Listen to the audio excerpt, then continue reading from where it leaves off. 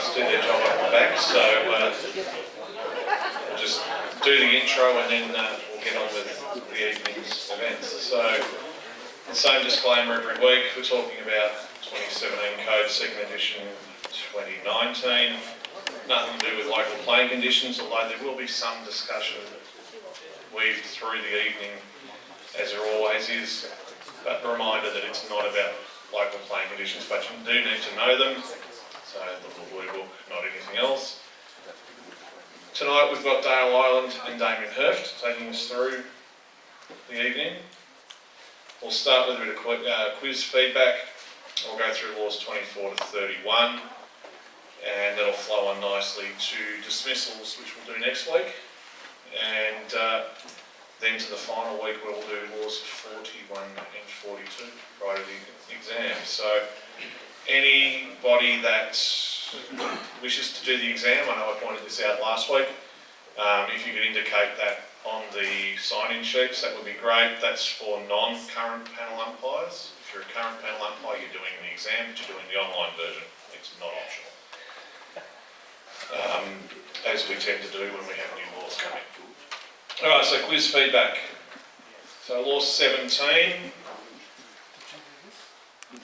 it was done very well actually, 93% across the board. So it was really difficult to pick out one that was a difficult question.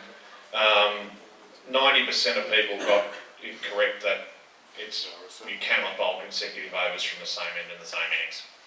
Okay, so that's good. Law 18, which runs are disallowed in an unintentional short run? Only 55% said it's only the actual short run. Remember the operative word there is unintentional short run. Not the one we saw last week where he was 3 feet short and knew exactly what he was doing. Law 19, when the fielder loses control of a throw and the ball lands over the boundary on the full, it's 4 overthrows. There can never, ever be 6 overthrows. The indication that they lost control of the throw means that it wasn't an intentional act. It's an intentional act. It could well be penalty runs, depending on how you want to deal with things. But it's certainly 4 overthrows. Question 5. The ball is not dead when the bails are dislodged by the bowler when delivering the ball. It is a no ball, but it's not a dead ball. Okay. Law 21 was all about no ball. So the question was, underarm bowling is a legal method of delivery. 12% of you got that right. It is a legal method of delivery if it's agreed to at the toss. Okay, I would imagine the vast majority of the 88% who didn't get that correct said no, it's not legal. Okay, there are nuances in these laws. Glenn Shackey, blind cricket, bowl underarm exclusively by necessity. So if they were playing blind cricket and not being able to bowl underarm, wouldn't be able to play. Okay. A wide is considered to be bowled from the instant the ball leaves the bowler's hand. 43% correct. Now, some of you will say that's not right. It's the moment he enters his delivery strike. Yeah, technically it is, but if he doesn't let go of the ball, it's not a wide. So sometimes you have to pick the answer that is least wrong. Okay. Clearly, he's in his bowling stride or she's in her bowling stride to release the ball. Okay, that's not a trick question, but it does flow on to the question we had in week 1 about the leg side stunting off the wide off the last ball for a tie, etc.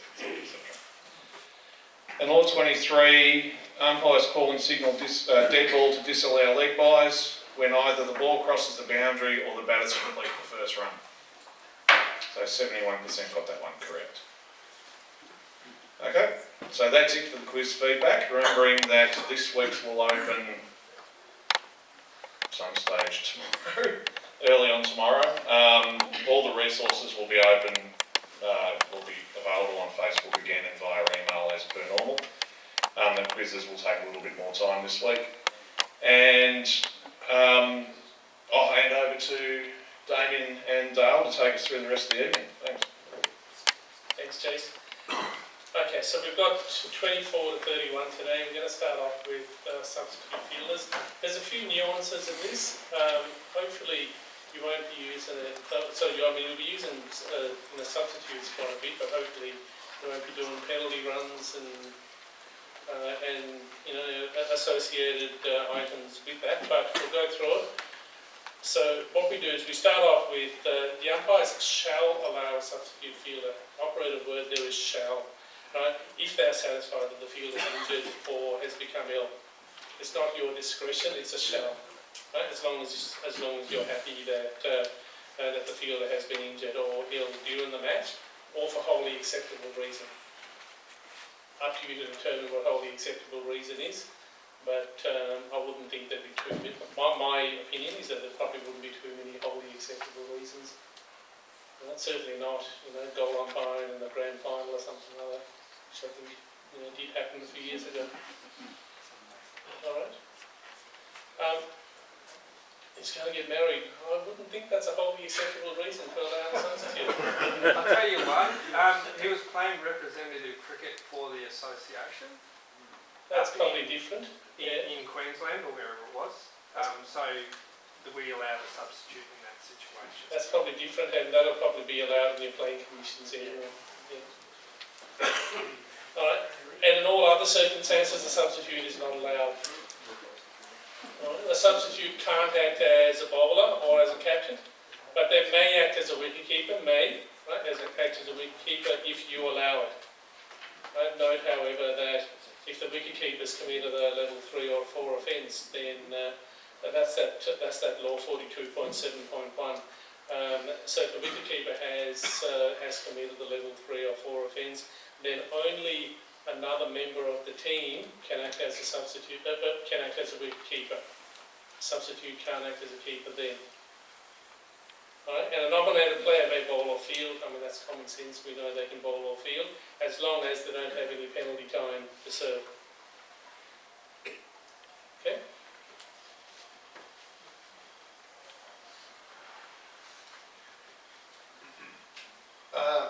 Just in relation to players leaving the field, being absent, the player going briefly outside the boundary while carrying out any duties as a fielder is not absent from the field of play, nor for the purpose of this law is he or she regarded as having left the field of play. So in other words, they chase the ball, they run outside the boundary after stopping it just inside, they have not left the field of play. If a fielder fails to take the field at the start of play or any time later than that, or leaves during play, an umpire should be informed of the reason why they're absent and why they're off the field. He or she shall not thereafter come onto the field of play during a session of play without the consent of the umpire. In 24 forwards, the umpire should give consent as soon as it's practicable. Now that doesn't necessarily mean it has to be the end of an over. It can be the middle of an over and you can allow the player to come back on. Necessarily stop the game to allow them to come back on, but just say there's a boundary that's been hit, wait for the ball to come back, field is ready, you can allow them to come on. And he or she is not permitted to bowl until they've been back on the field for a period of time known as penalty time, and that's described in 24.2.3, 2.7 and 24.3. Which we'll go through now. So the player's unserved penalty time should be limited to 90 minutes. This is laws of cricket, 90 minutes. Right, so if the player leaves the field before serving all of their penalty time, then that balance is carried forward. Meaning that if they have 60 minutes to serve, for instance, they come back on for 45 and they go off again, then the 15 minutes adds on. Right, now keep in mind there's no 8 minutes, 15 minutes and allowance before penalty time starts and all that. That's playing conditions. Laws of cricket doesn't mention that you've got to be off for 8 minutes or whatever. Right? More than likely there will be something that comes in over the top in playing conditions, but laws of cricket doesn't mention any allowance. Right? So the player can't bowl until all of their penalty time has been served.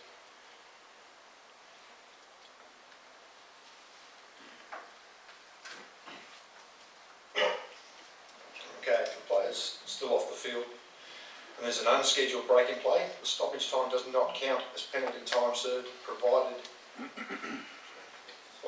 stoppage time shall count as penalty time served, provided that the fielder who is absent, who was on the field of play at the start of the break, either takes the field on the resumption or his or her side is now batting.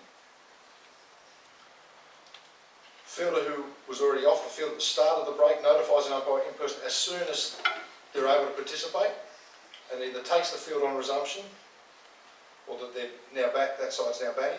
Stoppage time before the umpire's been notified shall not count towards unserved penalty time. So any unserved penalty time shall be carried forward into the next and subsequent days of an innings of the match.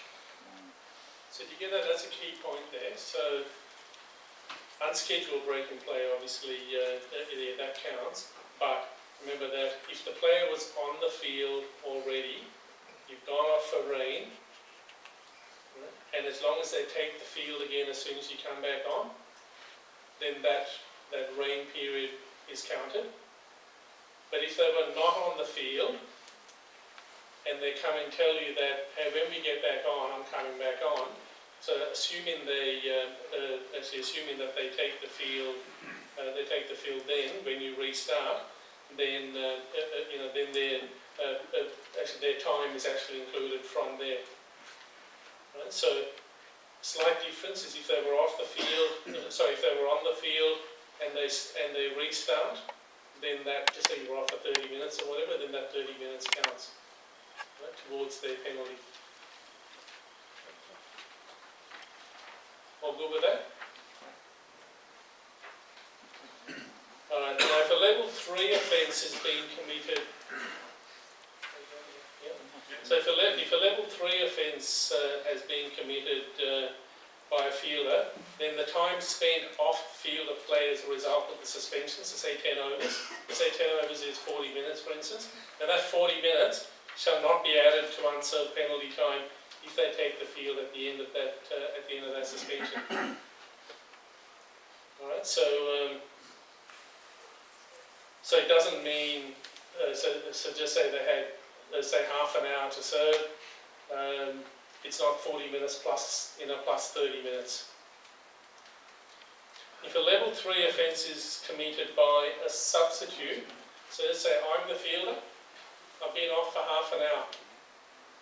So if I come back on straight now, I'll have half an hour to serve before I can bowl. But after half an hour, Dale's my substitute. He commits a level 3 offence and is sent off for 10 overs. Now obviously I can't come on because it's a suspension. Right? He's, we're playing one short. So if I come back on after his 10 overs after the 10 over suspension has been completed, then I come on and I can serve, and I need to serve 30 minutes. It's not 30 minutes plus the 40 minutes that he was off for. So if someone has 30 minutes to serve, and they get told they've got to miss, say, the 10 overs, which is 40 minutes. The substitute you're talking about? Yes, Yeah. So when they come back on, they've still got 30 minutes to serve. Correct. So Yes. it doesn't change. Yeah, so I'm just saying that when I come back on, I'm not serving 30 minutes plus his 40 minutes. Because at that point in time, you've actually been off the field for 70 minutes. So the 40 minutes doesn't count towards time that you serve. Yeah. However, if I don't come back on when that part, so the last point on this page, if I don't come back on when the 10 overs is done, then that 40 minutes is added to my 30 minutes. Right? So it says there, if the nominated player does not take the field at the end of the suspension, then the entire period will be treated as penalty time, up to a maximum of 90 obviously. So my 30 minutes originally, plus his 40 minutes, I come on 20 minutes later, I've got to serve 30 plus 40 plus the 20 minutes that I was late. All got that? Turn. So, not 30 minutes. Yep. He gets his 40 minutes. Yep. As soon as he serves his 40 minutes, you come back on. Correct. And I serve 30. And what and I still have to wait for 30 minutes before I can bowl. No, I'm not, what it's saying is that when I'm not adding his 40 minutes to my penalty time, so when I come back on, I've got to wait 30, You either come on, you can't come on to the service. correct? And then you can't come on, it's 40 minutes, just about 30 minutes to go. So when I come back on, I can't bowl for 30 minutes. I can come back on, I can't bowl for 30 minutes. It's still serving your thing. Correct, yeah. I'm just not serving 70.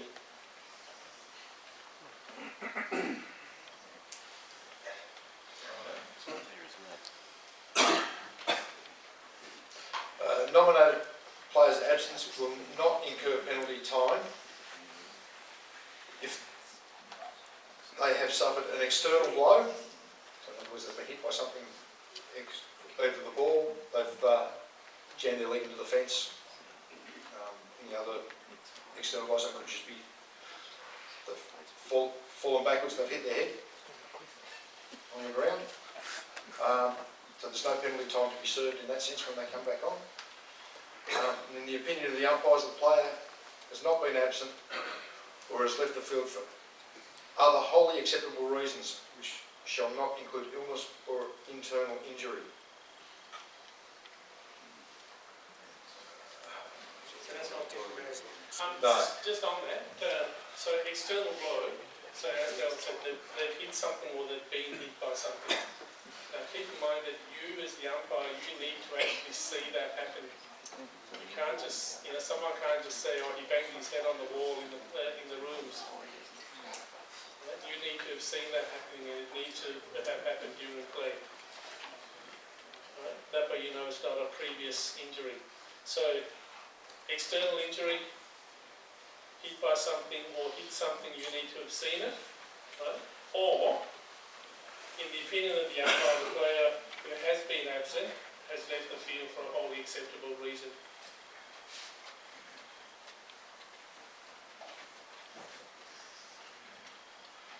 Okay, player returning without permission. The player comes onto the field of play in contravention to this and comes into contact with the ball. While it's in play, the ball shall immediately become dead. The umpire shall award 5 penalty runs to the batting side. Runs completed by the batsman shall be scored together with the run in progress if they had already crossed at the instant of the offence. Ball shall not count as one of the over.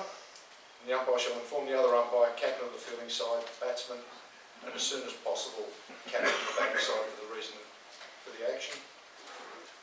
And the umpires together will report the occurrence as soon as possible after the match to the executive of the offending side and any governing body responsible for the match, who shall take such actions considered appropriate.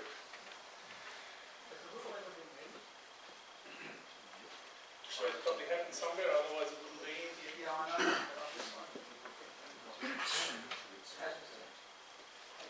I'm aware of it being used. I haven't used it, but I'm aware that it's being used. I've used it in the final before. I know it's important. Yeah. No, I've certainly been made aware that it's being used, absolutely. It's just rare. Right. I reckon it would have happened in a game in England somewhere, which is probably right in the rules. And just one thing actually, more a match management tip, I guess. If you see that a fielder has come back on and you haven't given permission, don't sit there stewing on it for 15 overs and then say, gotcha. Right? I think, and there may be people who disagree, but I would think you might be proactive in saying to the captain, hey, was that Brad that just came back on again? And they'll say, oh yeah, sorry, I forgot to tell you that. But look, I mean, there may be people that disagree, but I would think that that's probably a better way to do it.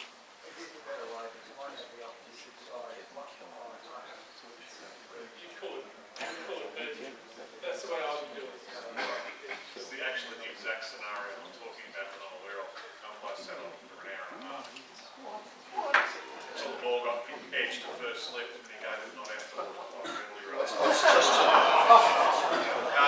Anybody who's around the Mornington Peninsula might know what that is. What I would suggest is ask yourself the simple question, what would the game expect? Alright, we go to a video. So, question. So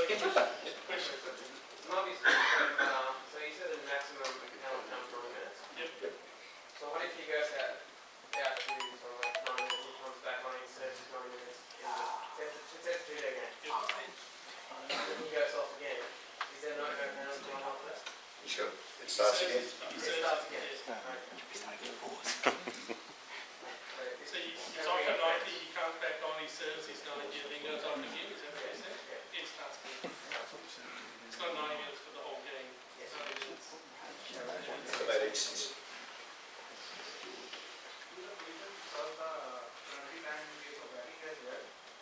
For example, just before lunch, if someone is out for 1 hour, or maybe 45 minutes, and then at the time of lunch, maybe the batting team declares or maybe all out, and then when the other team starts after lunch, so he can open or no? He can't open, he carries on into batting, but he can't open.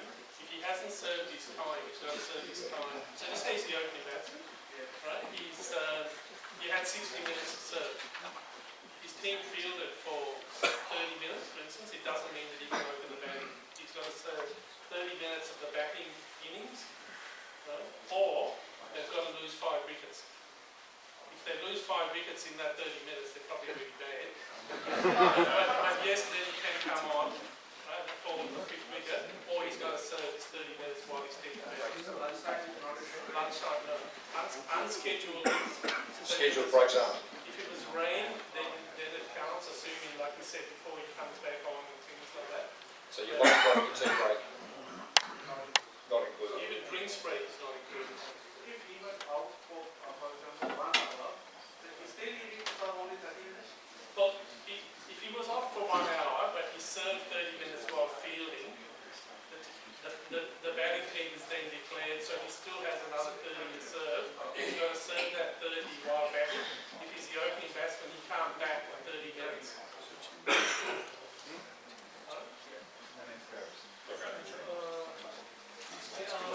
Runners. If a batsman sustains an injury, Sorry.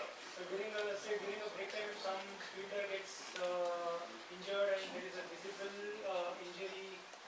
So it was first considered that at the start or since umpire has not seen it. But that's not an unscheduled break in play. So he doesn't go against it. Sorry, he doesn't credit to it. Jason? runners. If a batsman sustains an injury during the match, he or she is allowed, at the umpire's discretion, to select a runner, another member of the batting team, to do their running between the wickets. The runner should, if possible, be someone who has already batted. The runner must also wear external protective equipment equivalent to that worn by the batsman for whom he or she runs, and must carry a bat. When an injured batsman is the striker, normally the runner stands square leg and the umpire moves to the offside. If the batsman wants to take a run, the runner and the non-striker do the running. When the injured batsman is the non-striker, he or she has to go and stand at square leg, while the runner takes the normal position at the non-striker's end. To all intents and purposes, the runner will now be regarded as the batsman he or she is running for. They are two become one, and any transgressions of the laws that the runner makes will apply to the injured batsman. Strikers and runners, beware the chaos this can cause. The injured striker's ground is always at the wicket-keeper's end, even if the injured batsman forgets about their runner and tries to hobble a run. Here, for example, the runner is edging out of his or her ground before the ball reaches the striker. This is not permitted and may result in a run-out. If there is no run-out, and if the striker's end umpire considers the runner to be in breach of this restriction, then he or she will call and signal dead ball as soon as the ball reaches the boundary or at the completion of the first run. All runs scored from that ball will be disallowed. For the complete rundown on runners, refer to Law 25 and Law 30 in the Blue Book. Runners. Damien, what if they continuously keep doing that? Can you award penalty runs or is that not allowed? To do that as in... As in, they keep sneaking out of their crease continuously. Dead ball penalty run, yes. Yeah. Okay, we'll talk about that in a sec actually. So firstly, only a nominated player can act as a runner. So it's someone that was on the team sheet of 12 possibly. Now there are some games that play with 12 anyway. Again, that's playing conditions. But yeah, only a nominated player can act as a runner, assuming that they haven't got penalty time. So that 25-3 at the top there, that's actually assuming that they don't have penalty time to serve. The batsman's innings commences, so for the first two batsmen, it's when they first, it's when time is called, or sorry, not time, it's when play is called. And any other batsman, it's as soon as they step onto the field of play. That's when their innings commences.